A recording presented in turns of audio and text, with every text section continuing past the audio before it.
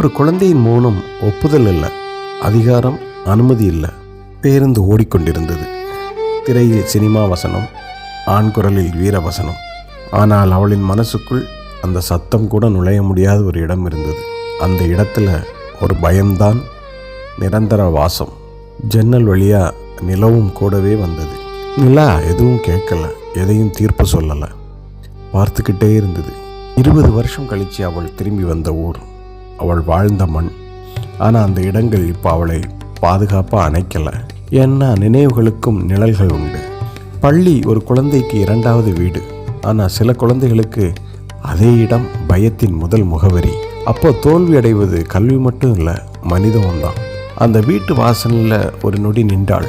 கதவு தட்டுறதுக்கு முன்னாடி பல வருஷங்களாக தன்னைத்தானே சமாதானப்படுத்திக்கிட்டு ஒரு பொய் உடையக்கூடிய தருணம். சார், அந்த ஆசிரியர் கதவை திறந்து அவள் முன்னால் நின்றார். ஆனால் அவள் சந்தோஷமான சூழலில் இல்லை. இருந்தாலும் அவள் பேச ஆரம்பித்தாள். சார், நான் இங்கே வந்தது உங்களை அவமானப்படுத்தல. எனக்கு சண்டை வேண்டாம், பழிவாங்கல் வேண்டாம். ஒரு கேள்வி மட்டும்தான், எனக்கு பதில் வேணும். அந்த நாளில் நான் குழந்தை, எனக்கு என்ன நடக்குதுன்னே புரியல. ஆனால் உங்களுக்கு புரிஞ்சிருக்கு இல்லையா சார்? அன்னைக்கு நீங்கள் சொன்னீங்க யார்கிட்டையும் சொல்லாதேன்னு. அந்த வார்த்தை தாங்க எனக்கு பயமாக மாறிச்சுது. நீங்கள் இப்போ நினைக்கிறீங்க தப்பு செஞ்சிட்டேன்னு.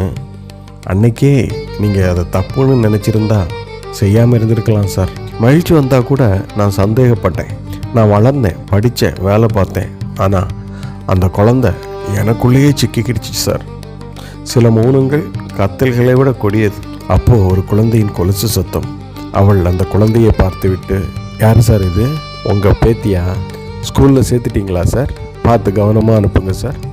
என் கல்யாண பத்திரிகை இது சார், அதை சொல்லிட்டு போக தான் வந்தேன். தயவுசெய்து கல்யாணத்துக்கு வந்துடாதீங்க என்று சொல்லிக்கொண்டு அவள் கிளம்பினாள். பயமில்லாத உலகம் ஒரே நாளில் உருவாகாது. ஆனால் உண்மையை சொல்கிற ஒவ்வொரு குரலும் அந்த உலகத்தை ஒருபடி பாதுகாப்பாக மாற்றும். If a child speak, listen. If a child silent, care.